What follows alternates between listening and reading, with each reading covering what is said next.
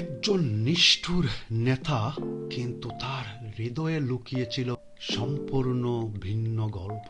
সবাই ভাবে আসকালাড একজন লোভী ভাইকিং, যে শুধু টাকার জন্যই মানুষকে মারে আর লুটপাট করে। কিন্তু তার অতীত ছিল অন্যরকম। তার মা ছিলেন ওয়েলস দেশের রাজবংশের কন্যা।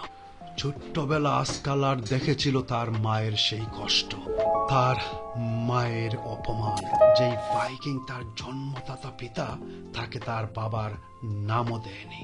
তার মা জিল্লত ভরা জীবন যাপন করেছে, গরু ছাগল রাখতেন এবং ছেলেকে মানুষ করার চেষ্টা করেছিলেন। আর সেই ছোট্ট আসকালাড মায়ের কষ্ট এবং এই ভাইকিংদের অবহেলা দেখে একটা প্রতিজ্ঞা করেছিল ছোট্টবেলা, যে ভাইকিং এর রাজাকে সে তার নিজের হাতেই হত্যা করবে, আর তার জন্য তাকে যতটুকু করার প্রয়োজন সে ততটুকুই করবে। কিন্তু ভিতরে ভিতরে যেই মুহূর্তের অপেক্ষা করতেছিল আসকালাড, তার সেই মুহূর্ত খুবই কাছে।